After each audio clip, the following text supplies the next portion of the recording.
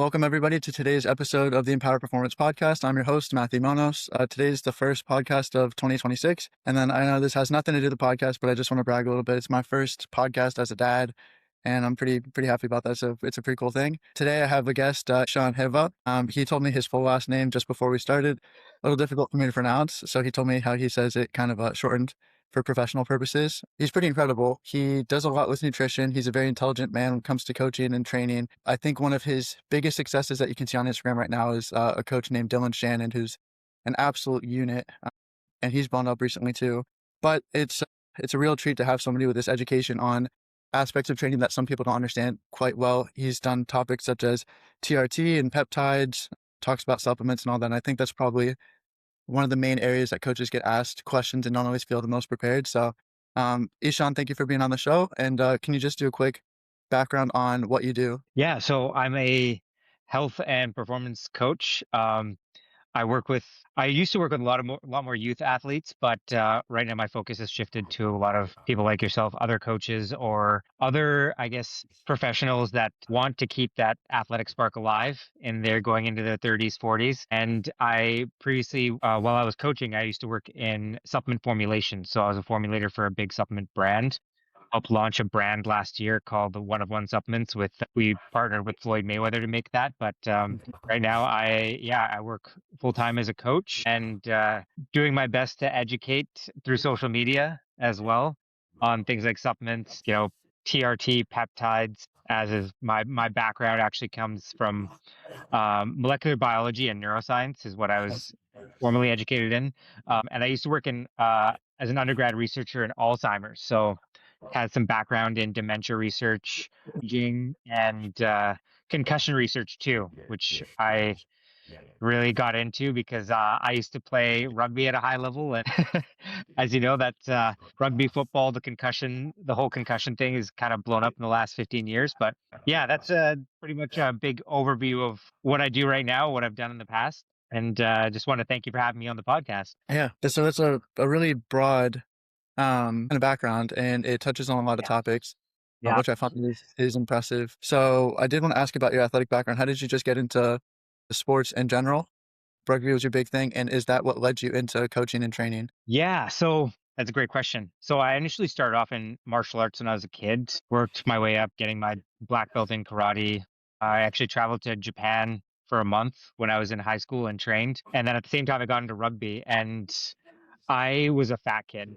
That was I guess everyone has something from when they're a kid, like pushing them to get into sports. And I was a fat kid. I wasn't the most athletic. So I just started working really hard to not be a fat kid and kind of build that up. I got into rugby in Canada and North America. I know you're in the US. People get into rugby at a lot later of an age than, some of the Commonwealth countries. So I got into rugby when I was 15. There's a lot of my friends that got into rugby were the kind of kids that a little bit nerdy, played Dungeons and Dragons and played video games. And, I turns out I excelled at the sport. So I went to university to play, probably one of the top universities in Canada to play rugby. I was a walk on. And what got me into coaching was I was working my ass off trying to, make the varsity squad because I wanted to go pro. We had a few guys from our squad that went to the Rugby World Cup, and I wanted to get to that level. I wanted to get a pro contract. Like that's the future I saw for myself. And at the same time, I was kind of was finishing up my pre-med, so I was doing my neuro degree, and I saw what a lot of the guys were doing as far as training goes, and the training quality just wasn't there. Like I was spinning my wheels, doing things like you name it. Like I won my first off season. I did P9 to train. I don't know if you ever heard of that Yeah, program, yeah, but yeah. I was doing bodybuilding programs because when I first got into training in high school, I remember walking to my local supplement store and seeing like I remember this distinctly. It was this fitness magazine, and on the cover was the tight end Vernon Davis, Yeah. and they were talking about all his stats in there, and how he ran like a 4.3. I don't know if any of these stats were real, by the way. It's just what was in the magazine, right? Um, and he just looked like a total freak, running a 4.340, squatting like 800 pounds, benching over 400. You're like, okay, this is nuts. So I started doing these bodybuilding programs while I was training for rugby. and like German volume training, and like I would do the whole like hardcore train twice a day sort of thing. And, I made a ton of progress, but it was probably in spite of what I was doing, like probably a little bit of what I was doing, but it felt like I was working so incredibly hard. And I would just see some of these other guys that didn't work nearly as hard, like they weren't doing the 2-a-day train or anything crazy like that. And maybe they were just better athletes overall. But I realized later, I was like, wow, I was training like a complete idiot for my sport. I had no idea what I was doing. So, and then even nutrition wise, I was not eating enough to fuel my performance. So I was constantly feeling burnt out, constantly feeling stressed, in pain, um, abusing painkillers like crazy. So something that got me into coaching was like, okay, like what are the actual needle movers when it comes to performance to actually getting better, not just from the training standpoint, but from more holistic point of view, right? And understanding how the nervous system outside of training also plays a part in how Mhm. well you can perform, right? How we can modulate the nervous system to improve performance. Because you see guys that are, going it, just using rugby as an example, you see guys that are you in a change room. You have also different sorts of personalities or different types of guys who are trying to hype themselves up, and then you get the Uh, guys, the cooler heads that always do really well when they step onto the field, right? Like the ones that the play kind of slows down for them. They just do things and see things that they do in practice really easily, and then they replicate it on the field, right? And I wanted to understand a little bit more about that and how, the nervous system facilitates that, right? Because you can have a guy that like can do great in practice, but then when it comes to game time, it's like they freeze up a little bit, and everything that you learned in practice, all those drills and everything, kind of go out the window as soon as you step onto the game when it's game time, right? So understanding that as well and how that plays a part in performance, because I didn't want to just help younger athletes facilitate, to understand how they could train better, but also how they could adapt their mind to actually perform when it came Mhm. time to. So I think that's an interesting thing. We have a lot of similarities, by the way. First of all, when you talked about the rugby thing and the nerdy thing, my brother played rugby at West Virginia University, and he not D&D so much as more Magic. The cards Yep. are his big thing. But then you're talking about, martial arts and all that. That was my early thing. And then I took a lot of time off. When I was in elementary school, people made fun of me because they said, karate's kind of nerdy. I actually did taekwondo instead, but they're like, that's kind of nerdy and all that. I'm like,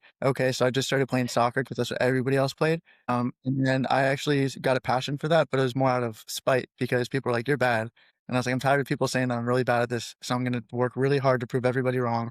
I started playing at 9 when people, start with, they're at 5, they'll start kicking a ball, and I started playing competitively at 13. And then I just wanted to be better than everybody said I was bad. And so I was the only person from my high school to play college soccer from my graduating class, which was nice because I got to beat those people. But then, I had the aspirations of playing professionally as well. And I didn't achieve a very high level. And part of it was similar to what you're talking about. It's the mental side and it's the physical side. It's like you're almost carrying too much. You're putting too much pressure on yourself. You're almost Yeah. holding yourself back. And from a physical side, yeah, you're talking about like P90X and all that stuff. And, we had the little DVD and I would do, all these like crazy burning sort of little workouts and all this stuff. It's not like the best for sports performance. It hurts and cool, you survived, but there's definitely like a smarter way to train it. Even when I was a college athlete, we didn't have a good strength coach at our school. And so I had a gym in town, and the owner gave me the key to the gym, didn't make me pay a membership, said I could go in and make sure I just lock up at night. So I'd go, be like 11 o'clock at night, no one's in the gym. And it's this like dusty, kind of like, Rocky Balboa style gym. And Yeah. I'm just crushing like hammer curls and skull crushers and all that stuff, and it's not translating to my soccer performance. Who'd have thought?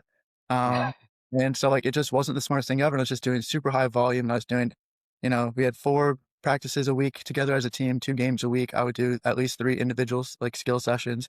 I'd go to the gym 4 or 5 nights a week and all that stuff. And then I just never considered recovery and never considered nutrition. I would eat a lot, but I'd also skip breakfast. So sure, I had 2 AAA burritos and chips and guac for dinner, but I didn't Yeah. have breakfast. And I'm like, oh man, why am I not putting on weight? I just like, so all these different things. And it's interesting how you can care so much and still be, misguided a little bit in your efforts. And I don't know if it's the same for you, but for me, my thought was if I'm not going to make it, but I spent all this time trying to learn the secret, which there's not really a secret. It's just doing the basic things you hear all the time. How can I kind of pass this information to somebody else who might be in my shoes to make their Right. journey a little bit more efficient? And that's how I got into coaching. But it's interesting to see all the similarities you're talking about. the psychological side, I was a practice player because I actually had like a decent amount of skill and tactical understanding. Physically, I was okay, but it's the mental side that killed me because as soon as we go into games, I have so much pressure to make every pass the perfect pass, every Right. shot the perfect shot. For me, it wasn't good enough to score a goal. It had to be in the top corner off the post and all that stuff. I'm like, all right, well, my margin of error is much higher if I'm aiming for that very, very top corner and all that. But thinking I get style points if I score a beautiful goal and all that. And so it's interesting. And then like my wife, on the other hand, she was also a really high level soccer player. Like you mentioned, your wife was before the podcast. She was an All-American honorable mention in soccer. She had the only shirt in her program's history retired. She was like Oh, the wow. captain. Yeah, which is pretty cool in college. That's cool. And so she was, a stud and all that stuff. But the thing that she did differently, she just like felt the game, like you're talking about. The game was in slow motion for her because she was in the moment. She wasn't thinking about what she was doing. She just like, I know I can play, put the ball at my foot. Good things are going to happen. And so Yeah. it's interesting to learn that. I did want to talk to you about, so you talked about Alzheimer's, you talked about concussion, and you talked about like brain health and all that stuff. Yeah. There's a lot of studies on supplements. You talked about that as well. That can help with that. Is it junk? Is there any validity? Is there anything that you've discovered in your time, something that can help prevent against Alzheimer's or help with concussion or just help with brain health overall? Yeah. There's a lot to unpack there. So Alzheimer's is and dementia in general is a very it's is a terrible disease, right? Like it's It's horrible. and there's a lot of correlation between, with concussions and or Mhm, brain damage in general mhm, and the onset of dementia. And something else that people would be surprised to learn about was that there's even some evidence that PED use, so performance steroid mhm. use, could increase your risk factors for developing Interesting. things like dementia and Alzheimer's. So, as far as supplements are concerned, there is some an emerging area, right? Mhm, In general, are mhm. are relatively new. Like I know Okay. we talked about peptides, which are really, really new, but Yeah. even supplements in the grand scheme of things are relatively new, especially the research in supplements. It's only been really happening in the last like 15, 20 years, right? And while you have some studies that are showing positive outcomes from supplement use, it's really hard because look at something like dementia and Alzheimer's because it's something that develops over several years or, the lifespan, right? So it's hard to look at research, and especially with supplements, and kind of draw any conclusions insofar as is it preventative, right? Because studies can only last so long. Like even the lab that I worked in, we were looking at early signs of cognitive aging, and what we did was look at reaction times of Okay. people in their mid to 50s and look at their variability of those reaction times over, I think it was about 400 plus trials. Mhm, And we'd follow participants for years. This is a longitudinal study, so it was over five, I believe, 5 years. So it's hard to use supplements in that context, right? Because you have to hope that the individual is using those supplements every day, yeah. Yeah. and there's only so much you can control, right? In our research setting, in our context, they would just come in, for an hour and do the trials or however long it took, which is around, 45 minutes to an hour. And it's like, okay, we gathered the data we need to gather. You can go now, right? And then we'll see you in, 6 months or something, or a couple months. So is there validity to some of the supplements? Yes. Like we're seeing emerging evidence now, like people are starting to recognize things like creatine can really help, right? Because one thing that's compromised in concussions and potentially compromised in Alzheimer's is the processing of glucose to convert to ATP. Mhm, If there's neurodegeneration, how metabolically healthy is the brain tissue and how well can it convert those energy substrates into usable energy, into ATP? So, mhm, ATP, that's the exact pathway that creatine works on. So, creatine can actually be a substrate that provides energy mhm, in the context of something like Alzheimer's or someone mhm, who has a concussion too. So that we've seen positive outcomes from people who take high dose creatines in concussion recovery as well, right? So there are some other supplements as well that we're getting more evidence for. One thing that I've talked about on my social media are exogenous ketones. okay. So you've probably heard of the ketogenic diet. A lot of people have, Atkins or very low carb diets. I think there's some misunderstanding because there's a difference between a very low carb diet and a ketogenic diet. Well, a very low carb diet, you just reduce your carb intake, but a ketogenic diet also means that you consume a lot of fat. in your diet, and a lot more polyunsaturated fat. You'll see people who've done keto and they're just eating like cheese and mayo and whole eggs and whole beef, and it's like, well, I guess technically that's a keto diet, but it's probably the unhealthiest way to do a keto diet, right? But what a ketogenic diet is, it forces your body to into a ketogenic state. So there's low carbohydrate availability.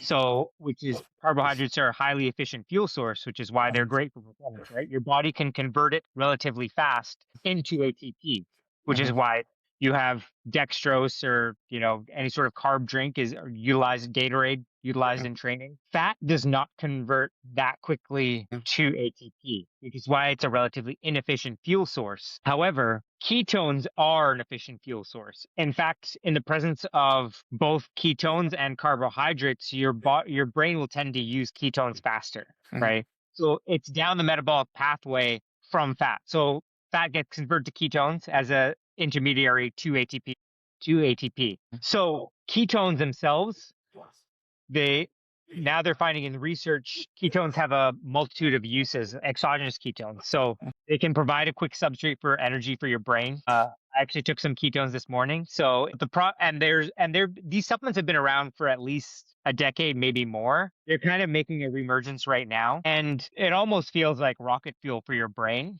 Like it'll really wake you up. I don't recommend anyone take it with caffeine if they are taking it for the first time, but a lot of those older supplements, they underdosed when they were taking ketones. So if you're really to see any sort of noticeable effect, you really have to take at like probably 10 grams plus of a ketone supplement. So a lot of that research from before, there was products on the market like BPI used to have a product called Keto Creamer, and it was like a flavored uh MCT oil powder. And you get things like salted caramel. They actually tasted pretty good. They even filled them in Walmart for a short period of time. I used to own a supplement store back in like 2018, and we'd have them. But now these ones, it's not just MCT powder, which is still just you're just taking powdered fat and mixing it in. These are the actual ketones themselves, and what they've done is they bond it to things like calcium, magnesium, or sodium. So they're almost like you have the electrolytes as well bonded to them. So they're finding now that there's obviously the positive brain health benefits. You get some positive outcomes on performance. So some companies, there's a branded version called Go BHB. They're experimenting with mixing applications for like a carbohydrate powder for an intra-workout drink or pre-workout drink. Then they're finding now that it can actually potentially help with recovery. So there's one piece of research that I posted about talking about sleep metrics after strenuous exercise. So let's say that you're someone that trains in the evening, your sympathetic nervous system is still heightened, right? And that what that does is it might inhibit how good your sleep is because your sympathetic nervous system is still like in a heightened state. So you need some time to calm down from your training session, right? So your parasympathetic nervous system, that rest and digest system, has to take over. And they found that with supplementing with ketones after a training session could actually modulate that shift in response. And they found that the sleep metrics improved after the ketone supplementation. So it's an interesting kind of supplement in the fact that, okay, it can be used for energy, but it can also help you sleep. Yeah. Yeah, right. So it's why I'm a big fan of it, because I think one of the biggest compounds, one of the biggest supplements that, if you're in fitness, you've likely abused it or are abusing it right now, is caffeine, right? Everyone's using caffeine, and now nicotine is the next thing because everyone's like, nicotine increases testosterone. I was like, it might for a short period, but if your nicotine use is turning into nicotine abuse, it's going to inhibit testosterone production. So when we look at problems like that, what everyone's using or abusing, it's like, okay, is there a better alternative? Is there something that can, elicit a response without the negative side effects? And that's, the problem with drugs is like you're always going to have a big side effect. But with supplements, it's like, okay, there might be a small side effect. How long before we start seeing those side effects, right? So like I said, the evidence on ketones is emerging, but there's a lot of potential there because it's basically a metabolic intermediary, right? It's not like it's essentially like a carbohydrate supplement. Now you're taking like a fat supplement per se. But I think that's another big one that I think that I would keep an eye out for, Hmm. insofar as brain health, Hmm. uh, because it was also studied in an Alzheimer's and dementia context. And they Hmm. actually found that it did reduce the symptoms of Alzheimer's. So it actually improved cognitive functioning. I can't remember the exact tests they used as a standardized form to measure what the cognitive functioning was, but they did find better functioning with exogenous ketone use. Yeah, I that's think really that's interesting. yeah, right. So I think that's definitely a really cool supplement. And there's some others that need more research. You know, Alzheimer's is also linked to inflammation. There's a supplement called curcumin, which is an extract from turmeric, which is the Okay. yellow spice. They found that that can be alleviate symptoms of anxiety and depression. And keep in Hmm. mind, this is like when we say that, it's like, okay, to what magnitude, right? Sure. Is it to the magnitude of an antidepressant? Probably not. Uh, In fact, definitely not. So you have to be very careful of the language you're using. And it's like, is it an acute effect or is it a chronic effect? 'Cause with things like fish oil, we mhm, can see the effect after maybe a month of use, right? So whereas like if you are diagnosed with clinical depression and take an SSRI, you're probably going to see an effect relatively soon, mhm, right? And when we're looking at supplements that could potentially help against things like Alzheimer's or dementia, again, it's a chronic use thing. It's a long-term use thing. It's like mhm, it's not an immediate effect use thing, mhm. right? So it's something that I think is an interesting area of research, but it's hard to actually research. I Like I think it's said, oh, yeah, well, it's not the exact same thing, I'm not trying to get super political, but in the States recently, Trump and his administration came out and said that, like, Tylenol causes autism, and everybody started freaking out. right, When you look into it, they're saying it's like, what is the actual correlation? I think it came down to, like, 3 to 6%. I'm like, how can you say 3 to 6% correlation is causation? It's not even close enough to even say that it's a significant difference, and then they're saying that it's difficult to do the studies with they wanted to have twins, one with, one without, or something like, as opposed to different families, because then there's different risk for autism just from different genetics and all these things. So when right, you're talking about like you did your studies for like Alzheimer's, you have to make sure that people are, taking the medication they're asking them and taking all that stuff. So there's a lot of confounding variables in a lot of these studies. I don't have to go specifically down that autism sort of route and all that, but yeah, I do find that the science of supplements can be difficult, and then I also find it can be confusing for people too when it comes to the sales of supplements because they're going to have different promises. Someone can say it helps with some sort of supplement can help with sleep, for example. Maybe it has like a 10% benefit just to create like a BS number and all that stuff. They're gonna say improve your sleep twofold or whatever just to sell the yeah, supplement. And so people ask me about supplements all the time. I'm not an expert in the field. I tend to just recommend the ones that are considered to be safe and have a lot of research behind them. So creatine, protein powder, caffeine. If you just use it, for like a performance sort of boost, depending on not all the time, of course, because then you develop like what's the word I'm looking for, tolerance, and then it doesn't make a difference. And then I say like if you need all the extra stuff, you can get blood work done. You can see where you have deficiencies and all that. But my general thing with supplements is, and it's a big shocker, they're supplemental. They shouldn't be. You go to GNC and you spend an insane amount of money and you have all the supplements and you just have a tub of ice cream for dinner and nothing. yeah, It's for me, it's like if you're taking care of everything properly, your sleep, your nutrition's good, you're training properly and all that stuff, and then you still find you need help, I think supplements can be beneficial in that context. But you have some people that, again, I'm going down a different rabbit hole, will take Ozempic, get off Ozempic, gain all the way back because they didn't want any lifestyle changes in the meantime. And they're yeah, fighting because people are hopped up on caffeine because they had way too much, way too late in the day. They're like, man, I need this melatonin. Then they wake up, they're super groggy. They're like, man, I need caffeine, as yeah. opposed to just proper regulation and lifestyle habits. So can you speak to the actual importance of supplements? How you think people should view them? Which ones you think you generally recommend versus they should stay away from? That whole side of things. Yeah. Oh, well, I just want to mention, it's funny that you mentioned GNC. I used to be a sales guy at GNC when I was doing my undergrad. So I'd literally see people walk in from the food court Uh-huh. with Blizzard, eating Uh-huh. the Blizzard while looking at the wall of fat burners. So Yeah. it was, yeah, no, that's a great question. I think, and I will lay out this hot take. I think a lot of people take supplements to make themselves feel like they're doing something to be healthy while not actually being healthy. So it's a nice little like pat on the back, like, well, I have all these supplements, so I'm definitely someone who is healthy. But Yeah. then their over focus on supplements means that they often neglect the actual things that make them healthy, which is having a whole food diet, or at least a Mhm. majority, I would say anywhere north of 80, I prefer 90% of Uh-huh. your calories coming from whole foods, making sure that you actually have a regular meal schedule. I Mhm. think the timing of meals is something that's often overlooked because it helps regulate your sleep wake cycle as well. You talked Uh-huh. about sleep and caffeine Mhm. and melatonin. The timing of your food is also really important for regulating your sleep wake cycle. So in the grand scheme of things, supplements are a very, they should be minutia in your overall routine. And it's not to say they Mhm. can't be beneficial, but it should be based on your overt focus should be on having a whole food diet Mhm. majority of the time. And then supplementing with key ones from there.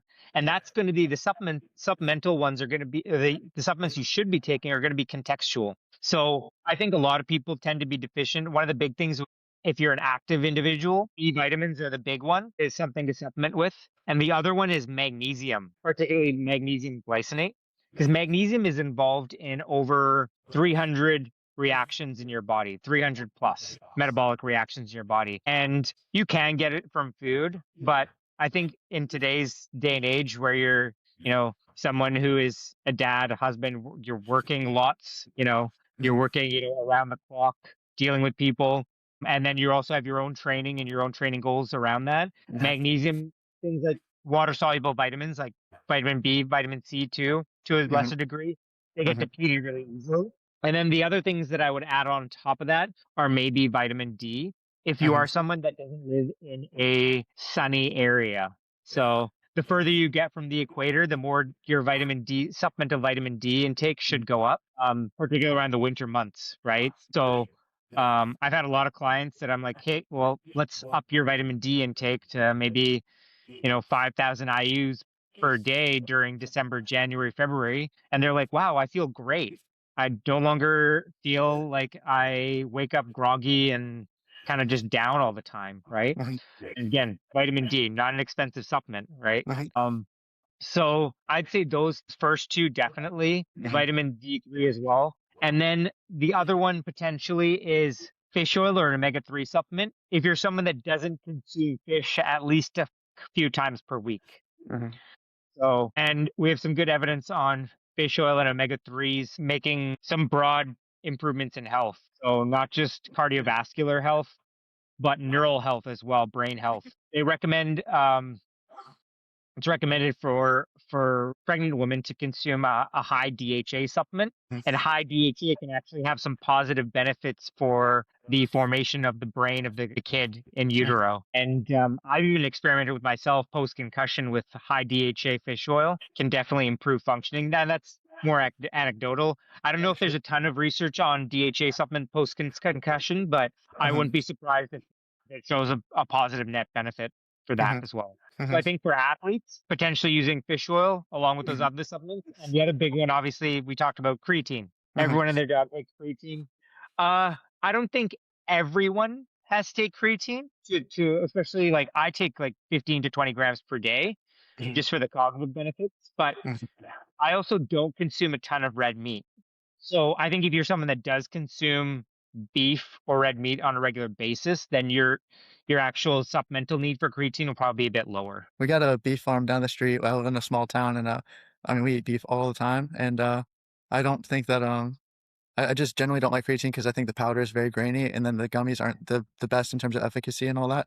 Yep. So yeah, so I try to stay away from gummies, and I always I every year I'll get into like a little kick where it's like, all right, I'll try the creatine again, have like three drinks with the powder. I'm like, this sucks, and then I Yeah. stopped doing. But as far as like you talked about like fish oils and all that stuff, I find at least in the American diet, people are under consuming fish. I find it's a very healthy source of protein and fats, and people don't consume it enough. And then as far as you talked about vitamin D, what's interesting too is well, a couple of things. Do you know the basketball like performance trainer Paul Favorites? I've heard that name, but I'm not He was familiar with him. James Harden's trainer. Okay.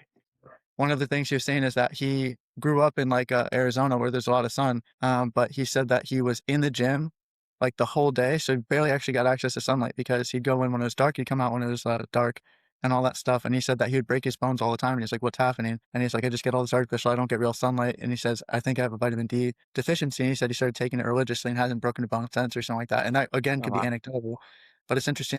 I do understand the whole concept of where you are relative to the equator, but then also like what is your schedule? Do you actually get sunlight? If you get sunlight, that could be a beneficial thing. So it is interesting. And then was it also on your page? I was scrolling through it that you had one of your clients saying that their seasonal depression was affected by vitamin D supplementation. Yeah, seasonal affective Yeah. disorder. Yeah, Yeah, that was it interesting. was. Yeah, because again, like it's your vitamin D is synthesized in response to sunlight, right? You make Mhm, it endogenously in response to sunlight. It also helps modulate your sleep wake cycle, your circadian rhythm, right? So if mhm, you ideally you want to get outside around just after sunrise and then just before sunset, and that'll actually help you regulate your natural biorhythms. So, I mean, if you start waking up and going to bed at the same times every mhm, day, you will regulate. You will self-regulate to waking up and actually feeling awake at those times. The problem comes from modern societies. We our sleep times and wake times can be all over the place, right? Like mhm, maybe Monday to Friday, we're waking up super early at like 5, 6 o'clock and going to bed, you know, while staring at the phone until like mhm, at like 11. But then on the weekend, you don't wake up till like 9 or 10 or something like that, and then mhm, going to bed maybe even later. So it's all over the place, and we're wondering why you're always tired. It's like, well, there's no regularity mhm, because you can train your own physiology to operate efficiently. mhm. It's just you're not doing it. It's interesting that you say that because when it came to sleep, I had issues with sleep. I thought I had like insomnia or something like that. I even saw like a sleep specialist, and he's saying you might have mild sleep sorry, mild insomnia, but like a lot of it just comes down to your sleep habits. And one of the things that I realized you're talking about the sun regulating your sleep wake cycle was after I graduated college, I graduated in 3 years. I was able to have a gap year. I moved in with Stone College, and we were in a house, and there were 6 people in a house that's only supposed to have 3 people. So we lied on the lease and all that stuff. I didn't realize this when I moved in. He said, "Oh, I got a room for you." It was like Harry Potter. It was a closet underneath the stairs, and it had no Man, windows. And my sleep was just destroyed by having no sunlight to wake me up or anything like that. So I actually had to invest in. It's a crazy product, but it's basically a lamp that dims over the course of an hour and then completely shuts off, and it like is supposed to give you the impression of the sun setting. And then as you wake up, it slowly like brightens and all that stuff. And that was the only thing to regulate my sleep with having no windows. And so when I had like bad sleep, one of the things is you know, before I lived in that house, I'd always have blackout curtains, but then I can sleep in because blackout right. curtains, if I keep my curtains open and the sun wakes me up, that helps regulate and it makes everything better. But it's one of those, you have to get ahead of it sort of decisions, not the reactive ones. I find that's what supplements are for a lot of people. It's kind of reactive. It's like, okay, I'm going to take fish oil as opposed to going to the grocery store and learning how to make a fish recipe and adding it once or twice a Yep. week. So yeah, I find that Agree. interesting. Yeah, and the thing is, like, in comparing like fish, actually consuming fish to fish oil, Mhm. like you're way better off consuming fish because the Sure. problem with fish oil supplements, like, the problem with fish oil supplements is they're processed. Mhm. They use certain compounds to extract the fish oils and Mhm. also put them into the gels, right? And sometimes they like the triple strength fish oils and stuff. What they've done is it's gone through several processing steps in order to concentrate the fish oil so you're getting a high amount of EPA and DHA. But Mhm. the other problem is like the actual fish oils can go rancid themselves. Mhm. So that's not high quality fish oil Yeah. that you're getting relative to just buying fish and consuming fish, right? You're much better off. And it's one of those things where it's like, okay, like areas where there's higher fish consumption, there tends to be lower risk of cardiovascular disease. You're right. It's a and when I mentioned it was like my hot take, I'm like, yeah, I think that like, people like to take supplements Mhm. because they want to feel healthy, but they're not actually doing the big things to make them healthy, which is what Mhm. where their money should be better spent on those things, right? I think the Because effect is real too in that. very much so. Yeah. Very much so. Like you see all these powders, like you can walk into a GNC or any supplement store right now and you can see all these different herbal supplements and you have no idea where to start, what all of these do. Mhm. Some of them might be efficacious, some of them not, but you also convince yourself that they are because now with access to podcasts like Huberman, Mhm. people will see, they talk about supplements. So like, because he helped everyone realizes like, okay, should I do ice baths? Should I, stare at the sun for 15 minutes every morning and like these different protocols and stuff, Mhm. right? So I think it's kind of like a double-edged sword. It's like, okay, it Mhm. can be good in one sense, but also like you can convince yourself that something is healthy when it's not actually beneficial, right? Like the ice bath thing is it people assumed it was great for recovery. It's like, well, it's actually just blunting soreness. It's not actually helping the muscle recover faster or build new tissue. It's just blunting the signals that make you feel sore. Can we go down So, that a little bit? Because yeah. one of my pet peeves is how people will take words and make them like they'll bastardize them. They'll make them bad in every context. So you hear fats and it's like all fats are bad. I need to have like a diet with zero fats. And I'm like, no, there are healthy sources of fat. We're talking about fish. We're talking about like, I don't think someone's had avocado and then like felt like shit or something afterwards. But yeah, if you just like drink a glass of lard, that's probably not good for you. But then one of the things that you hear a lot is inflammation. Everybody's like, oh, like the key to all your health issues is inflammation, inflammation, inflammation. And I don't know if they're talking gut inflammation or just like of the joints or something like that. But the guy who created the protocol RICE, rest, ice, compression, elevation, then kind of denounced it later on saying, oh, I want to take back the whole ice thing because yes, it helps with inflammation. It helps with reducing swelling and all that stuff, but that swelling is actually a natural part of the healing process. So he said it actually delayed the healing process. And it's how people try to hack their bodies all the time. And sometimes your body's way smarter than you give it credit for. So when it comes to ice baths, I did it in college because it felt great. We're talking placebo effect. I felt like $1,000,000, even though I hated doing it in the moment. But then people talk about how it could potentially inhibit recovery. It could inhibit muscle growth to an extent. It maybe just be a placebo thing. And is it worth all that, torture? But then other people say it's worth it anyway, just for the mental clarity and the benefits and doing something tough. Can you kind of speak to, first of all, just the whole ice bath thing in general, but then also people talking about like inflammation or fats, how it's negative in all contexts? Yeah, yeah. I'll touch on the ice bath thing really quickly because I think it's not to say that ice baths are bad or like Mhm. reducing inflammation is bad. It's the context in which these things are done, right? I think a lot of people walking around like the average person walks around with a ton of systemic inflammation, poor habits, poor sleep wake regulation, poor Mhm. diet. So maybe the ice bath makes them feel good. But the thing is, like, when you are there's a reason it makes you feel good, by the way. A very, very a clear neurological reason it makes you feel good. When you hop into an ice bath, your sympathetic nervous system goes into overdrive.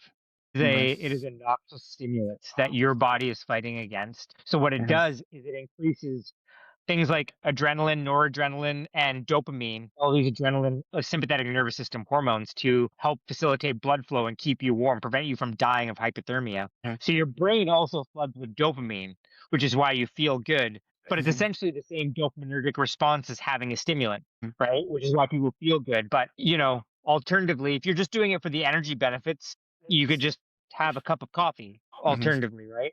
Like, yeah, you could probably speak to, the idea of doing something hard, but it's like, okay, are you training your brain to do the thing that you want it to do, or are you just training your brain to do something hard that you think is going to help you with something else? Mhm. Because yeah, you can do something hard, right? Like there's a ton of fitness people that do hard shit in the gym, but when it comes to say like running their own business, why aren't they are as successful? You would assume that they are, Mhm. right?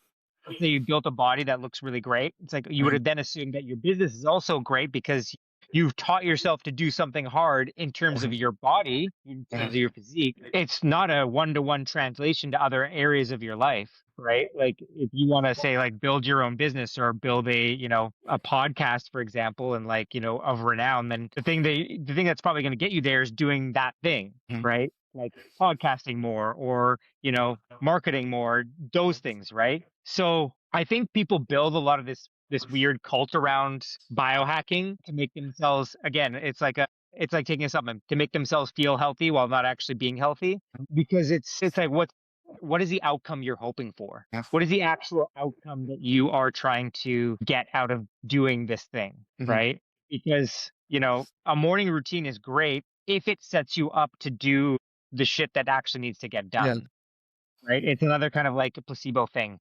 Um, Not to say that ice baths can't be useful. Like we talked about, like inflammation. Like, yeah, it can be good in certain contexts. Like, say post game, like let's say you play like a rugby or soccer game, and Mhm.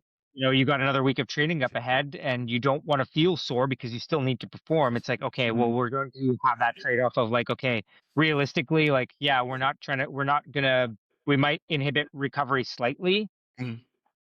but we're also not feeling like garbage, so we can still move the next day and actually, Mhm. feel somewhat okay, right? Mhm. So then it becomes like a mental thing, because living in pain also sucks, right? Because it's going to, if you've ever, like, especially a university athlete or a college athlete, it's going to prevent you from, you wake up sore the next morning. It's like, do I want to go to class? Like, I'm just feeling wrecked, right? So in those sort of contexts, then yeah, it's like if an ice bath makes you feel good, then do it, Mhm. right? But it's not something you need to do all the time. It's not something that's going to have some long-lasting benefit. Mhm. Now there might be some other benefits there, going out in the cold and, with like thermal regulation. Like if Mhm. you live in a colder climate, then yeah, maybe it helps you adapt to that climate better, Mhm. right? Look at Russian and Nordic countries. Yeah, leaving the babies out in the strollers. Is that what you're gonna say? Yeah, Yeah. Yeah. crazy. I mean, I get it, And but it's just to me that's like I yeah. Well, and like sleep, it can also help you sleep better, right? The cold. yeah.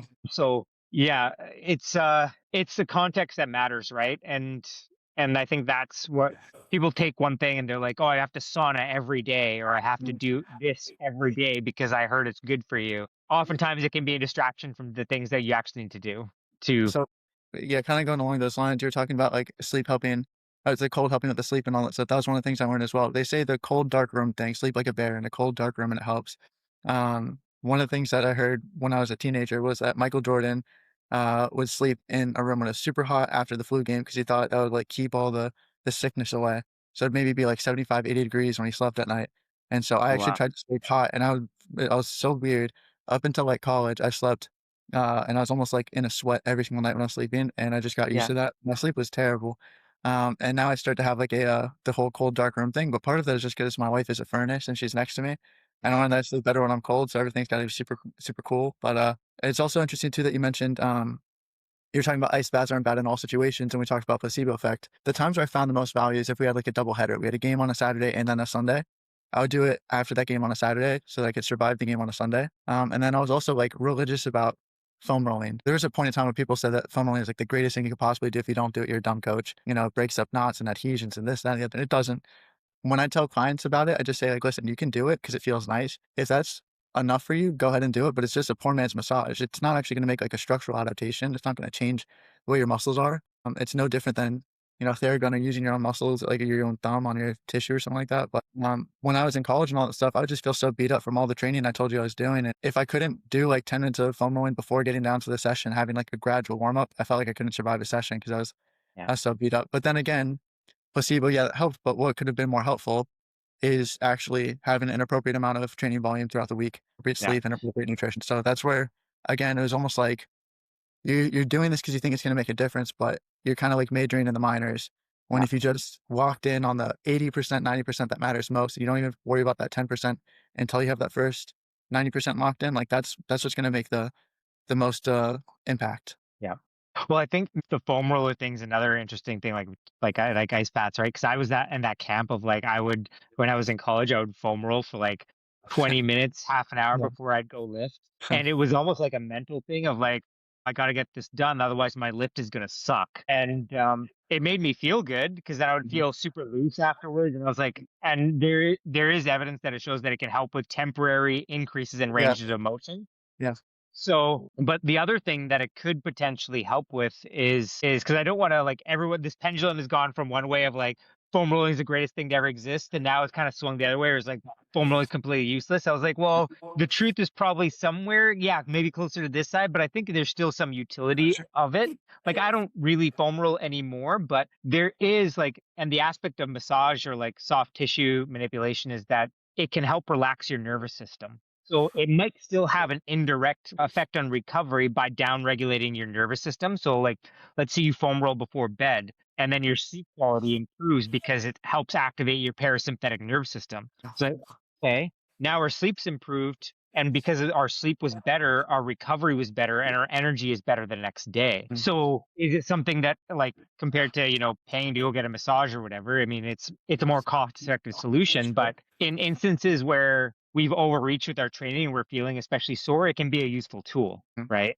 So I think, again, like, we just have to be more strategic about the tools that we're using and when we're using them, Mm. and not kind of, because I think everyone, our brains are very, like, even though we've humans have created all this technology and the internet and, the ability to talk to you over, thousands of kilometers away, Mhm. it's our brains are still primal in many aspects. Uh-huh. We like to create camps or a black and white opinion to create binaries out of different things, right? Uh-huh. So and it's just a way for our brain to process information and make sense of things. And also social media kind of it favors the controversial opinions. So people will Sure. intentionally put like foam rolling is useless or ice baths are useless or you have to ice bath every day or things like that, right? Because it creates engagement, but Mhm. that's also what speaks to our primal brains that, gives that engagement.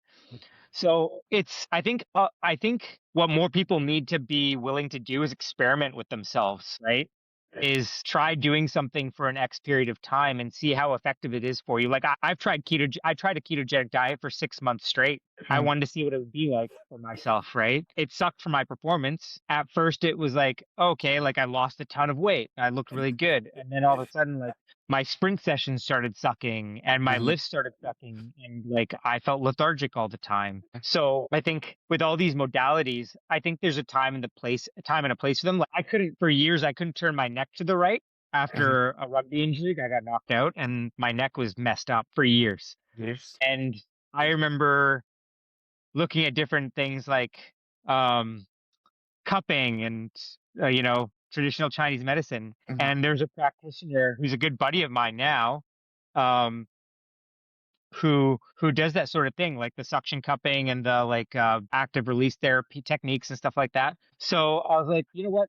He actually worked on how I found out about him is that he worked on Chris Bumstead, the Olympia bodybuilder, when he was up here in Vancouver. And so I went to go see this guy and I felt incredible. For the first time ever, I could actually turn my neck and like do all those things. And I had been to massage therapy and all these things, right? So I think that there's a time and a place for modalities. And I Uh-huh. think the way you find out is try it at least a couple times, see if it's effective, see what effect it has on you. Because I think another problem with exercise science or research in general is we often looked at a direct cause and effect relationship. Well, the cause and effect might be an indirect effect, right? It might be what we call a second order effect. Mhm. So it might be a cascade of things, like how I described with foam rolling. It's like, Yeah. okay, well, there might be there might not be a direct cause to recovery, right? Your muscle tissue might not recover faster, but if it helps improve your sleep, it will help you improve your muscle Sure. recovery, right? So it's a second order effect in that case, right? Mhm. Same thing with, some supplements potentially as well, right? Melatonin might not be that effective of a supplement Mhm. for if the outcome we're looking at is recovery or like, muscle or strength output, for example. But if it improves our sleep, which then improves our recovery, well, then our muscle output the following day might be close to baseline again. So it Mhm. might, and we're looking at a second order effect. Mhm. So when you start to look at those things in a broader lens like that, like second and third order effects, is this actually helping? Mhm. And then also making that evaluation for yourself. Is it worth it for me to do Uh-huh. this? Right? Or would I rather do something else? Like you said, modulate your trading volume a little bit better. So So because it's some interesting. people, Yeah, right now we're in this like society that's obsessed with, well, kind of two different directions. One is what you're saying, where it's just those black and white statements: foam rolling good, foam rolling bad. Because it's a lot easier to just have one of those stances than it is to actually be like, well, when is foam rolling good or bad, or how effective is it? But then the other thing is this like obsession with optimal. This word drives me up a wall. It was functional before, but it's like, is functional just doing suitcase carries with no sort of correlation to what it's supposed to transfer to? Did you care what the actual goal is? And yeah, suitcase carriage is the only core exercise you ever need to do. Is side bending bad because the function or whatever? But now it's optimal. People talk about if it's not number one, number two is not worth doing. And I had a coach on the podcast earlier. His name is Pat Damiano, and he's an unconventional strength coach. And he gets cooked by the conventional strength training community because they're like, this isn't optimal. You know, you want to get stronger, don't grab kettle sandbag or a mace or something like that. Grab yeah, machines, and all these different things. And he's like, all right, this might be 80% as good as what you're doing, but I enjoy doing it. I do it on a regular basis. Aggressive overload still exists. Your hands don't know what you're holding, which implement you're holding. And he's like, I'm strong, I'm jacked, I'm fit, I'm in great shape. I enjoy my training. I do it on a regular basis. He's like saying there's nothing wrong with barbells. They probably are better for getting you stronger. Nothing wrong with machines. They probably are better for getting you bigger and all that stuff. But he's like, it's all context dependent. And not everybody needs the number one thing. And then also, like you're saying, that placebo effect is real. I don't want to sound like I'm trashing ice baths or foam rolling because like I still will do things that aren't optimal, but they make me feel good in certain contexts. You talked about your neck. I do jujitsu once a week, MMA once a week, and then try to hit the heavy bag like Muay Thai stuff once or twice a week. And when I'm done with MMA or jujitsu, my neck is not feeling the best. Right. And when someone's trying to rip your head off, of course. So sometimes I'll just get like one of those little neck massagers and I'll just like use it for 20 minutes or something like that. I'll take a hot bath or I'll put like icy hot on my neck, knowing that it's not like the most effective thing in the world, but if it just helps me feel relaxed and get a better night's sleep, then what you're talking about is like the second order thing. It's like maybe my neck feels better in the morning because I got a good night's sleep and I got a good night's sleep because I was Yeah. able to relax it just enough to go to bed and Yeah. not being crazy pain. So I really appreciate all the kind of nuance you're applying because it would be a lot easier for you to say supplements good, foam rolling bad, and all that stuff, but that's not Totally. actually service to anybody listening to this podcast. Yeah, I think that's what I encourage people who are listening to this is just to be curious about the Mhm. information you hear. Because we take things at face value when you see them on social media, and then elicits an emotional response. You're like, screw this guy and his Yeah. opinion. It's like, okay, well, try and entertain that opinion. Where is he getting the information from? What's his source of information? Look for it for yourself. Evaluate it for yourself. It's an exercise in critical thinking that I think Mhm. again, because we tend to be, mentally lazy with a lot of things.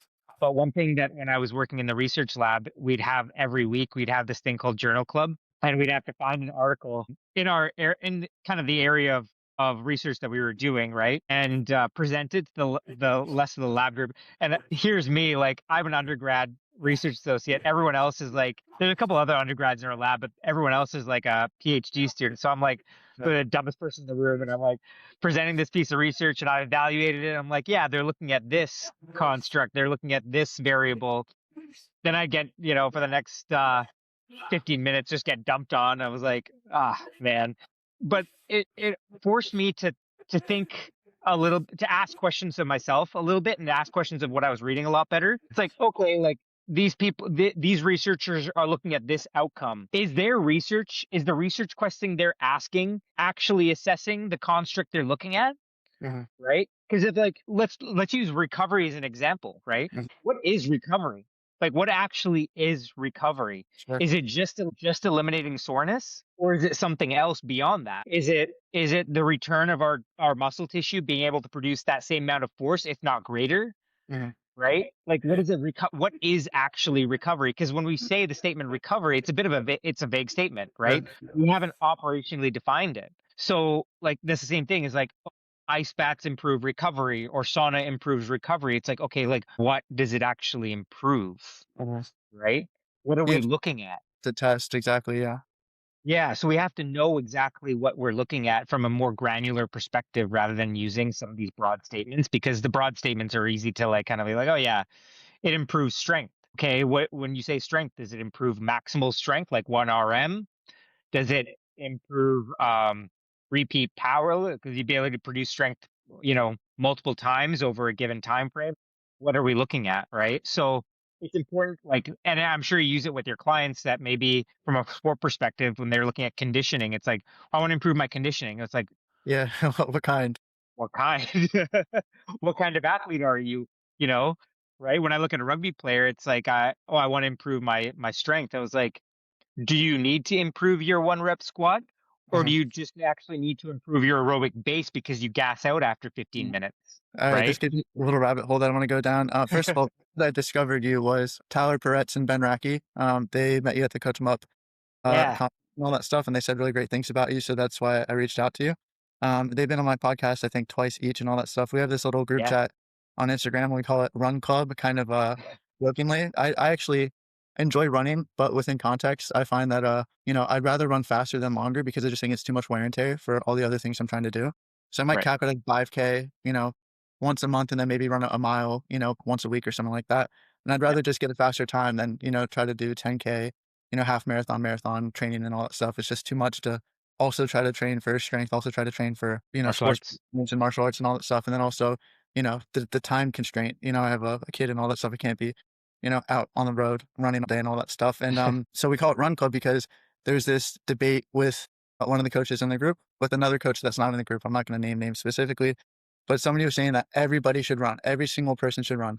And then the other one was like, well, maybe not, I wouldn't take the contestants on The Biggest Loser, they had them doing, burpees and box jumps and running and all that stuff. And these people, it's just way too much wear and tear on their joints.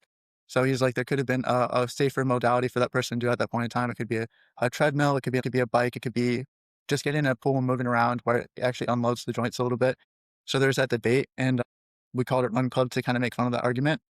But I had another guest on the podcast, Caleb Handley Performance. He's a boxing coach and Okay.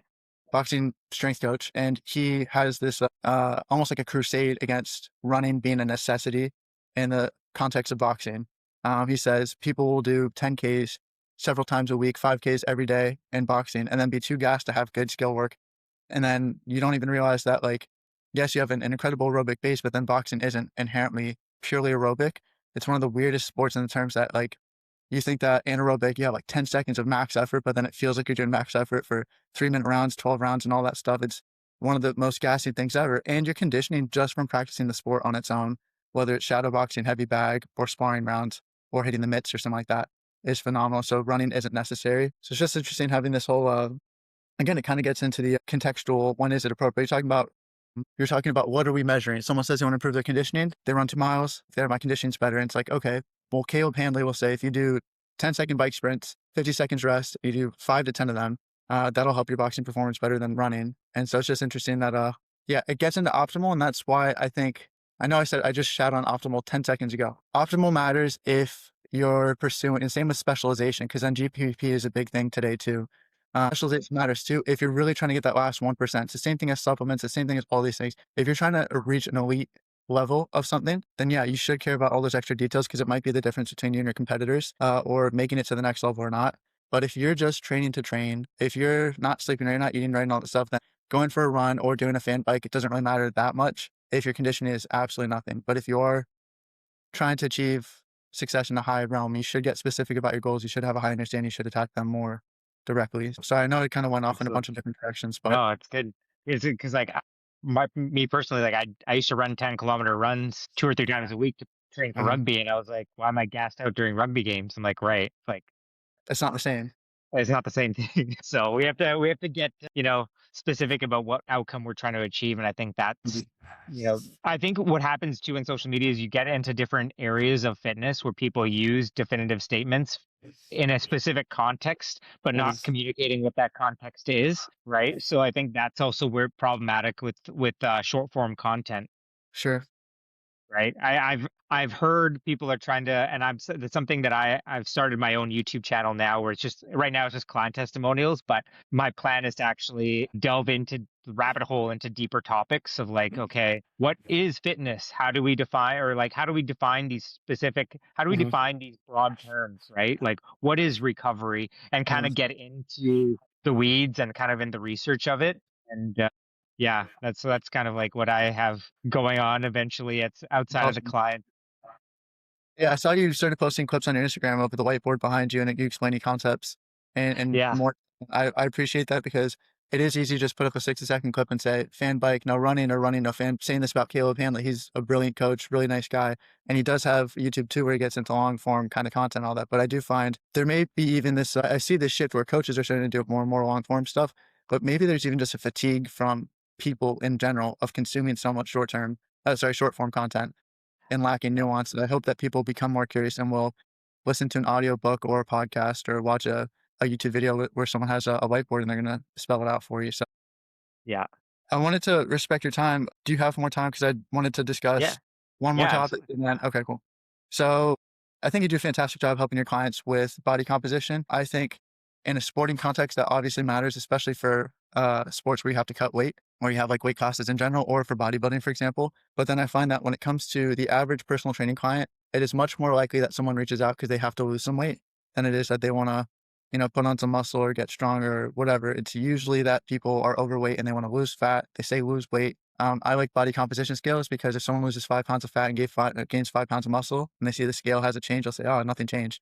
Like, I don't know, your clothes fit differently. You're stronger, you're healthier, you feel better, like everything's better. But what is your kind of big rocks? If you're going to work with somebody who's never done anything training related or nutrition related, what are your big rocks for body composition and just making positive improvements in that realm? I would say the biggest thing is actually tracking your nutrition, because it's like at the end of the day, the fat loss aspect is actually probably the easiest part of it. The Mhm. muscle gain is a little bit harder because muscle gain is highly reliant on stimulus, right? So then we come down to like exercise selection, exercise execution, technique, and stuff like Mhm. that when you're trying to speak in terms of hypertrophy.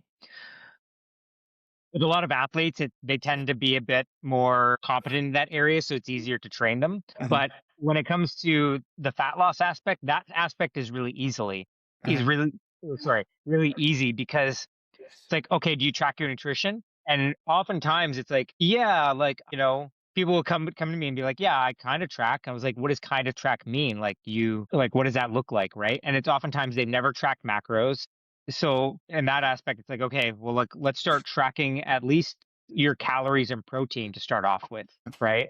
Because that's the biggest lever for them to pull. It's like it actually turns out that I'm under eating during the day and then significantly overeating at night, right? Mhm. It's kind of like looking at Your your finances. finances when it Yeah. comes to dieting, right? Like, or when it comes down to fat loss, it's like Oh. you need to track your nutrition because Mhm. the analogy is like, okay, well, you need to understand where your money is coming and going. Mhm. Like if you're someone who's spending a lot of money on, I don't know, going to the movies Nothing or or yeah.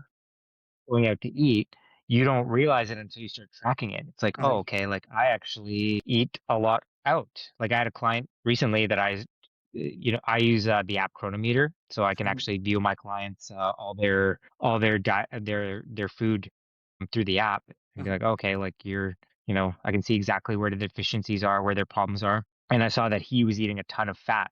And Mhm. two clients in the last like week said it. So like, yeah, it turns out I'm eating like double the fat that I need to be consuming for the Yeah. for the day.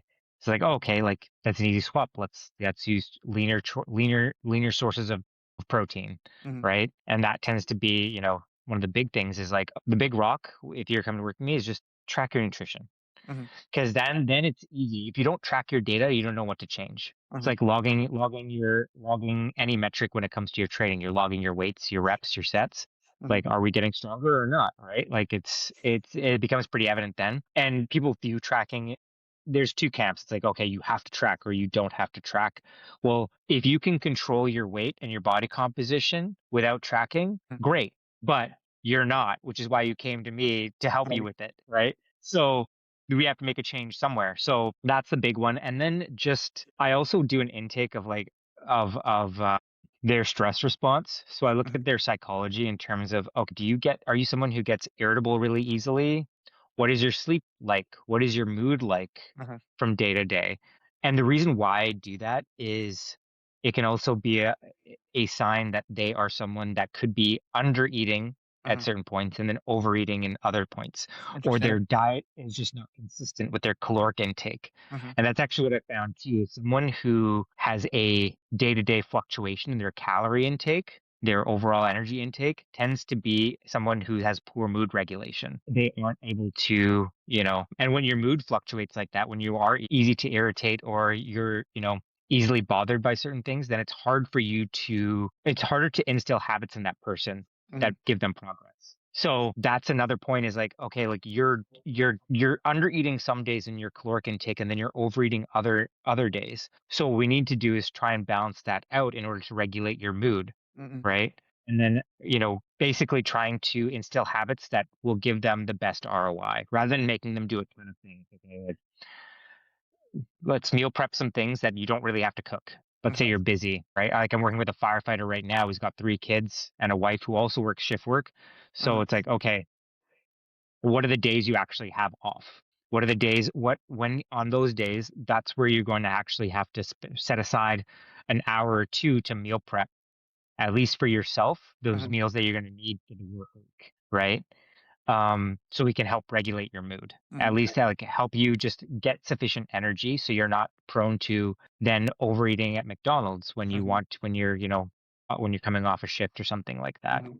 So it's with most people, I think it's just let's start tracking nutrition, right? And then see where you're at mentally is like variability wise is like, okay, like are you someone, looking at those metrics like, okay, like your mood sucks day to day, your sleep is probably garbage too, if Mhm. that's the case. So it's like food and sleep are probably going to be the two biggest, the tracking, sorry, and Mhm. tracking food and sleep are probably going to be biggest things. Mhm, Like I tend to get people if someone is does have poor sleep, mhm, it's something I'll be like, okay, we'll just for now, let's just take a sleep supplement.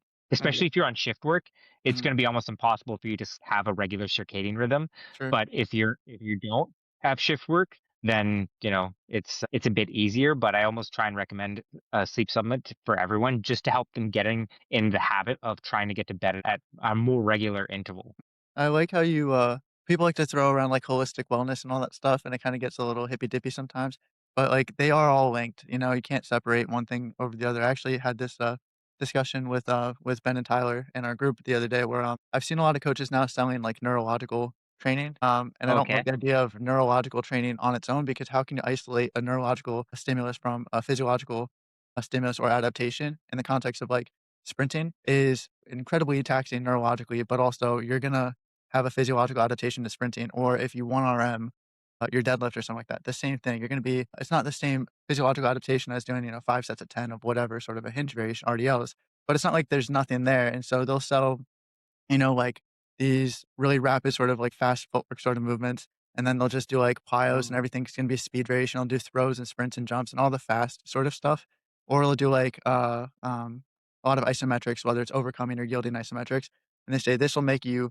a better athlete," and those things are all actually good in context. I just don't like the idea of it's purely neurological and not physiological, or that and for anybody listening, neurological is software and physiological is hardware. That's kind of the easiest way for me to explain that to people. It's not like you're actually a computer and you can take a chip out and replace it with a better chip, or you can actually just download a better software or something like that. They work together. The body is connected. I just don't like that idea of sales. There's a trainer for BJ Penn back in his heyday, and BJ Penn said, "I'm on board with this train." He's completely bought in because he says, "We're not improving the engine of the car. We're just giving it a better driver." And I just thought, wouldn't you want a better car and a better driver? And you also yeah, I can't was gonna isolate them. I say. was just like, I just so that was, they are connected, and when people try to separate it in that instance, or now you have people selling fascial training or lymphatic training, do these little wiggles, and then your lymphatic system will flush this and that, and it's a secret Chinese technique that's 10,000 years old. I'm like, it's just I know exactly. So if you asked me, if you said that a week ago, I wouldn't have no idea what you're talking about, okay. lymphatic training. But the reason I'm assuming this stems from Huberman as well, because he Mm, apparently, I don't know if he's affiliated with this. You can buy these at home, like indoor trampolines with the handlebars and you okay, jump on them. And okay. apparently they help drain your lymphatic system. And I'm like, oh, so like exercise. Yeah. Like I get what you're saying is like, okay, like you if you want to jump on on a trampoline because it's fun for you, go ahead, but there's no like if you exercise, your lymphatic system is getting drained. Do you think your cardiovascular system and your where do you think your cardiovascular drains into? So if Mhm, it's draining into that, then it's going to drain it normally without you having to do a specialized type of training, right? It's but when you say neurological training, is that like that Marv Marinovich never style know that. training that Troy Absolutely, that's Yeah, true. yeah. Yep. I remember seeing that like 15 years ago, Troy Polamalu, because Troy Polamalu is Yeah, probably my favorite football I love player of them. all Yeah, time. yeah. And I remember watching this video of him because that was like around the time when I was in university for rugby, and I was like Mhm, watching this style of training, and he's completely neurological. And like he was an explosive athlete, don't get me mhm, wrong, but he's an explosive athlete who was already like 210 pounds. He already mhm. built he probably didn't need to gain any more mass. So I can see in Yeah, the context of him, yeah. he's already jacked and like, has all the mass he needs. So like, he probably doesn't need to do any sort of like hypertrophy or pure Yeah, strength work, absolutely, and that's the thing, though, is you're gonna see right? some 13-year-old kid who sees that clip and thinks, "I just gotta do this fast footwork thing. I don't have to touch a barbell ever." And then he's gonna get Yeah. folded by the guy that's, back squatting 405 or something like that.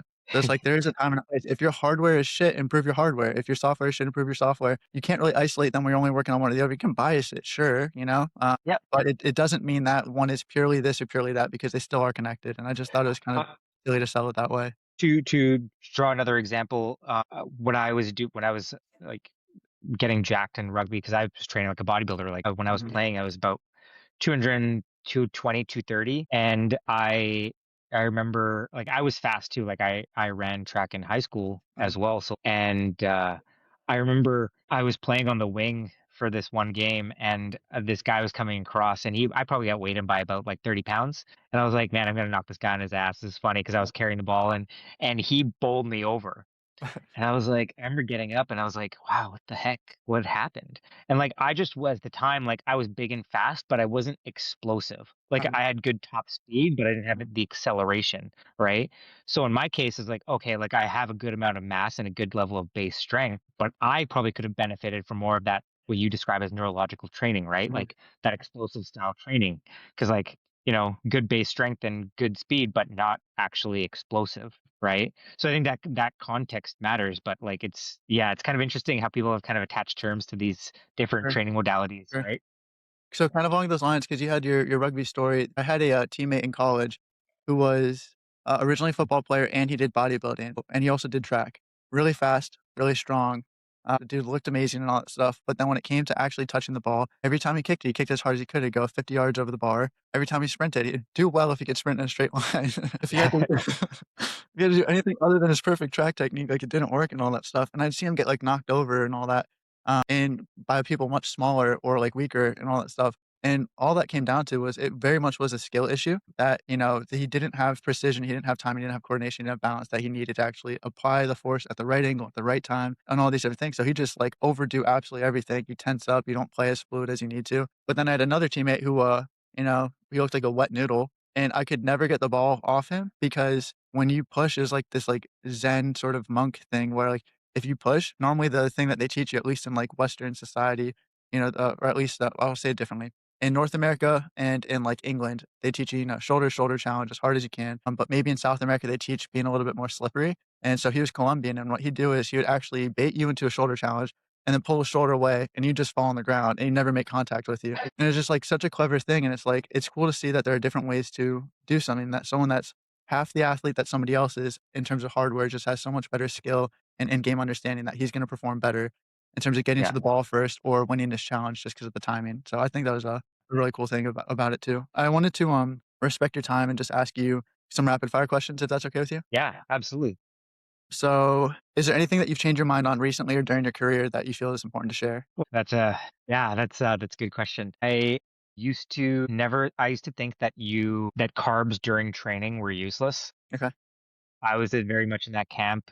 And actually, it was funny because I saw a piece of research that disagreeing with what I'm about to say right now. Another big like science-based influencer, he posted research saying that muscle glycogen doesn't get depleted during training, so it's point the like intra-workout are useless basically. Mhm. And I was like, that's not true. Like I used to think that too. Like I just think, oh, like I don't need to like drink, during a training session. I don't Mhm. need to, consume carbohydrates or any sort of nutrition. It's pointless. And I was like, wait, like I started thinking about it in the last like year. Like, well, your blood volume is the amount of blood volume your body pumping through any given muscle at any time is significantly amplified while you're training, right? Mhm. Your body is in its most, insulin sensitive state because, Mhm. that's what training does. So it's like, okay, if I included carbs in my training, like would my performance improve? It was more just an experiment to see, okay, like I'll try this. I've seen other people do it. And yeah, it was a night and day difference. My performance was like markedly improved. My Mhm. training sessions, even just weight training sessions, Mhm. right? Where you think, okay, like this isn't highly um highly glycogen depleting, like it can't make that much of a difference. I was like, no, I was mistaken. I was wrong. It definitely does. What would you And take? Because, like, during halftime of our games, they gave us, like, little gels or they'd give us, like, gummy bears or something like that. What would you take during your sessions? I just use dextrose right Okay. now. I think maybe something a little easier on your stomach, Mhm. like carboline, like any sort of like high molecular weight Mhm. carbohydrate, like some kind of like yeah, starch-based carbohydrate powder would be good too. Mhm. So things like Carbolin or Vitargo are some of those examples. But yeah, right now I use dextrose. It doesn't seem to upset my stomach at all. Mhm. Some people might be different. Like people use maltodextrin, which can definitely not be great. But yeah, that's what I use. Dextrose is pretty cheap, which Mhm. is basically why I use it. But yeah, I'm sure gummy worms would be fine or something like that. Yeah. But dextrose and honey. I also mix creatine Yeah. in my shake. Sorry, but I think for athletes especially too, any sort of like athlete like soccer, rugby, football, they would also benefit greatly from something like that You see, instead of just one. yeah, you see, like, ultra endurance athletes where carbs are, like, the thing they live and die by during the so if it works in that context, why would it not work in during a 90-minute soccer game or something like that? But it works for somebody if they're gonna try to run a 2-hour marathon. It's only 30 minutes long. I know it's not the same exact physiological demand and all that stuff. And first of all, there's very few Yeah. people that can run close to 2 hours for a marathon. But why is it that in the endurance space, people value carbs properly, but then in other sports, they're like, nah, it's bad. It's going to make me fat or it's whatever, even though it's a Right. very important energy source. So I do find that's an interesting thing that you're mentioning. Yeah, because like when it like those explosive sports like Uh, rugby, football, but even soccer too, it's also explosive, right? Like mhm, you're sprinting, you're kicking, using the phosphogenic energy system. But once that's depleted, it goes glycolytic, right? You'll uh-huh, start to rely on carbohydrates. Well, in that context, carbs with creatine in your mhm, shake uh-huh. will provide substrates for both energy systems, so it can't be a detriment theoretically. Another question I was going to ask you is, what is a major misconception in the training or just health and nutrition space that you want to dispel? If you could just pick one thing that kind of grinds your gears. Oh, wow. Um, right now, I kind of have like a personal, I don't say personal crusade. I think that's a mistaken statement. I have a bone to pick with people that are just this whole peptide craze. Mhm, Um, and the idea of TRT mhm, is, I don't think most people who are saying they're on TRT are doing TRT. I think that is a outright. I don't think they're lying intentionally, but they're definitely not correct in their statement because TRT is based on the assumption that you're replacing something mhm, that was there. You taking, you know, X amount of milligrams of testosterone, that's at that point you're just taking a cycle. mhm, You're not replacing anything. You're right. Like you're at that point you're just taking a performance enhancing drug. I uh-huh, mean, call it what it is. Like uh-huh, that's fine. There's no shade from me. Like uh-huh, I'm definitely considering it at some point in my body because I'm competing in bodybuilding this year. Like I'm mhm, definitely going to consider it. Now that, like, we have a kid on the way. Um, yeah, I would love to, but like it creates this false perception of health of like, oh, well, I'm healthier because I'm on TRT. I was like, well, no, there's some pretty negative side effects to mhm, topping on TRT. It's not healthier for you to do that. It's healthier if you actually have a clinical requirement to be on it, which majority of people that are taking TRT, they're not. uh-huh. They don't have a clinical requirement. They're just taking drugs. I like how you presented that. There's no beating around the bush there. On the flip side, what is a positive change you're noticing in the health and fitness space? Oh, um, I think more people in general are getting into fitness. I don't know if more people in general are getting healthier as a whole, but I think more people are, fitness is becoming more accessible with things like, I know people in the S&C world like to take a big fat dump on high rocks, but Oh, yeah. um, I've It's done a lot of I've good. made It fun of can't all be bad, it right? is, yeah. I mean, same thing. Like it's kind of the way CrossFit did years ago as well. Uh-huh, It made fitness a little bit more accessible. I think High mhm, Rocks is just a more accessible version of CrossFit. Just mhm. okay, we just took out all the like technically demanding lifts, and now you Yeah. just run and pull a sled. And I actually don't know. I actually don't know All what the you do in events. High Rocks. Yeah, there's like the Yeah. wall ball, I think it's a skeet, or I think it's a sled, burpee broad jumps, Okay. I think those are all the but it's basically just it's just if CrossFit was gymnastics and Olympic weightlifting and there's strength and then endurance, it's like they basically prioritize endurance and have a little mixture of strength in there, but they take out the Yeah. hardest things, which is Olympic lifting and gymnastics movements, which is their own sports, very technically demanding. Yeah. And I think that's great because like A, it's doing what we want fitness to do is get more Mhm, people involved in getting uh-huh, healthier, right? Like we just had our event here in Vancouver, High Rocks Vancouver. I think it was the first one, and there was a ton of people that mhm, went to it. uh, One of my best friends, he was a photographer for for an influencer that was there, and he's like, okay, dude, it was massive. This yeah, event was probably one of the largest events, like fitness events ever held in mhm, Vancouver, and I was mhm, like, outside of like marathon or yeah. the sun run or whatever we have up here. But yeah, I was like, that's great. I think that's having fitness more accessible is always going to be a good thing. And I know like, some purists like to make fun of it, but It's not all bad. it's Same with CrossFit. You see not all, some, like, negligent CrossFit training, but if it gets people to train hard, I think that's a pretty cool thing, and if yeah, you can do CrossFit and not get injured, you're probably a freak, because you can do some pretty cool stuff. yeah, Yeah, for me, one of the things that may be kind of like a controversial hot take is I started my business during COVID because I didn't have the choice to go to a gym and be hired by somebody when they were all shut down. So I yeah, just had some power blocks and I put them in my trunk and I drive to people's homes and I give them sessions out of their own homes. nice. But now I mostly do mobile personal training. I do some sessions out of my garage gym, but COVID, I think, was a good thing for people to get into fitness too, in the sense that the home gym market exploded with innovation. Everybody has like Yes. they have Tonal, they have Peloton, they have all these different things. They have Fight Camp, which is like the Peloton of boxing. They have all these different things, but people are at least like doing group fitness classes at the house, and it's at least a step into fitness. And like when I first got into personal training, it was kind of stupid of me, but I was like, group fitness is shit. You know, you don't have the best progressive overload, you don't have the best supervision, this, that, the other. And I'm like changing my mind on a lot of things personally. It's like if it's affordable or there's a community aspect or get someone training harder than not train at all and they can do it safely, then it's a really nice thing. Again, that's like it doesn't have to be optimal. Something's better than nothing in that context. So that's definitely one of the things I changed my mind on. But COVID is like for me as a hot take, that was good for business. And I also think that also made it more accessible for people too. I think people in general like start to like wake up to being a little bit more healthy after COVID because it was Yeah. like everyone's sick. It's like, oh, how do we get healthier? Yeah. Yeah. Okay. Okay. I have two more questions. One is what feels like a touchdown in your job or like a home run? What is like feels like a huge win in your job?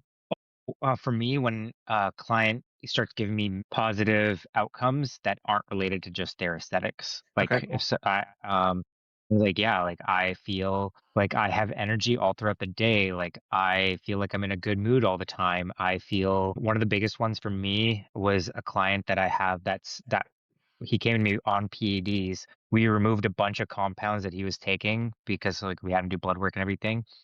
And he's like he has a young son. He's like, I thought I had my low back pain, my chronic pain, and my joints is all gone. And he's like, I like see he posts clips of him playing with his son all the time now, and I'm like, that's a huge win. That to Mhm. me is like, okay, great. Like you look leaner, you lost 20 pounds of body fat, like, but now like you feel happier, you're moving better, and he's like, yeah, I thought I was like resigned to walk up the stairs like an old man. And I was like, that to me is like a huge touchdown. Yeah, I have like a similar thing where I'd say that usually client's first goal is my second goal because my first goal for them is like what you're talking about is just having an improved life, you know, being healthier and feeling better and all that. And so if like your goal is purely aesthetic or, you know, squat 500 pounds or something like that, but you're destroying your body in the process to do it, it's like I want you to hit those goals, but I'm not going to be the person to put you in a bad situation. That's just not something I agree with. I'll talk to people if they want to do something like maybe this isn't the best way to go about it, whatever. But there's a client, he lost, 80 pounds in about a year and then got a six-pack, and, like, you might think, "Pounds, that's awesome. A six-pack, that's awesome." The thing that he said, which was so small and so stupid that just made me, really proud in that moment, was he said he was playing pickleball, and a shot that he thought he could never reach when he had more weight on his body, he overran to get to the shot or something like that. I'm like, "That's awesome." Like, your body can now do things that you couldn't do before, and it's just he's playing with his kids more, all these different things. His kids are playing, rugby themselves actually now, so he goes to the track Nice. with them and puts a band around their waist and helps them do, like, sprints, and he's able to do that. I'm like, "That's awesome." That's for me the number one thing with the client. Um, you getting a six-pack is awesome too, but that's, like, a secondary thing for me. It might be huge for you, Yeah. but for me, it's, like, cool, but playing with the kids is, cooler. The final question is, if you could have one piece of advice, doesn't have to be about fitness, it could be about absolutely anything towards absolutely anybody, what would that piece of advice be? Piece of advice. Don't be afraid to experiment on yourself. Like, Mhm, if you want to try a different training style, try it and at least try it for, give it an actual solid effort for at mhm, least 3 or 4 months and just experience it, just to have the experience of like, oh, mhm, okay, did that work for me? Because I think that's the problem is like social media has created this like call out culture of like, mhm, this is stupid. Why are you doing this? And like, maybe you or I have like kind of like, I know I have looked at something. I was like, that's stupid. Why would you do that? Like, look at things like I know like it's popular for a lot of sport coaches to shit on Goda, and I was like, I have no idea what Goda is. I just like read about it recently. Somebody posted a football coach posted it about it, and I was like, oh, that's interesting. What is this? mhm, Right? Or like try different training modality for 3 months. Try different diet style for 3 months. Like if you've been curious about carnivore, do it for 3 months, four mhm, months, right? Don't rely on other people's experiences to speak for you. I think is the kind of overarching theme here. It's like, create your own experience and draw your own conclusions from it and tie it into, the research rabbit hole if you want, right? And this is coming from someone who like I don't call nice, myself a science-based yeah, lifter or anything like that, even though I'm probably more science-based than yeah, most of these others. But I think that because of that, we've underplayed the idea of personal experience. But when it comes to health and fitness, you need to try it. Just try it. I like that, Don't be afraid to try I like that. I wanted to thank you for your time. This was usually calls go for, like, an hour. This went, it. well over and all the stuff. I was having such a great time. And also, Same I here, man. normally, like I look at my notes throughout to try to, like, pace everything, and we probably went, like, an hour before I looked at my notes and all that stuff. This is great. If you want to plug yourself, your business, any of that stuff before we hang up, please do. Yeah, I'm on Instagram at Ishan, Ishan Hewa on Instagram. And my business is Jupiter Athletics. Yeah, I do health and fitness coaching slash, consulting, things like supplements, stuff like that. Do you mind me asking why Jupiter? How you pick the name? So as a kid, I was super into space. Okay. Like I had a telescope. I thought I was actually I thought at that time my career choice was going to be an astronomer or an Okay. astrophysicist. Okay. Cool. Like I'm not joking on that, but I was terrible at math. I do not have the math skills, but yeah, I'm fascinated by all things space, and I was like, yeah, this would be cool. Uh, Eventually, I was like, yeah, I can make T-shirts or something, some cool graphic shirts in the future for my yeah. business and stuff. So Yeah, yeah, that'd be that's awesome. kind of Cool. Well, Ishan, thank you very much for your time. I had a blast. thank you, man. I Thanks. appreciate it. And it's great to finally meet you, Matt. Yeah. Cool. Thanks. Thank you.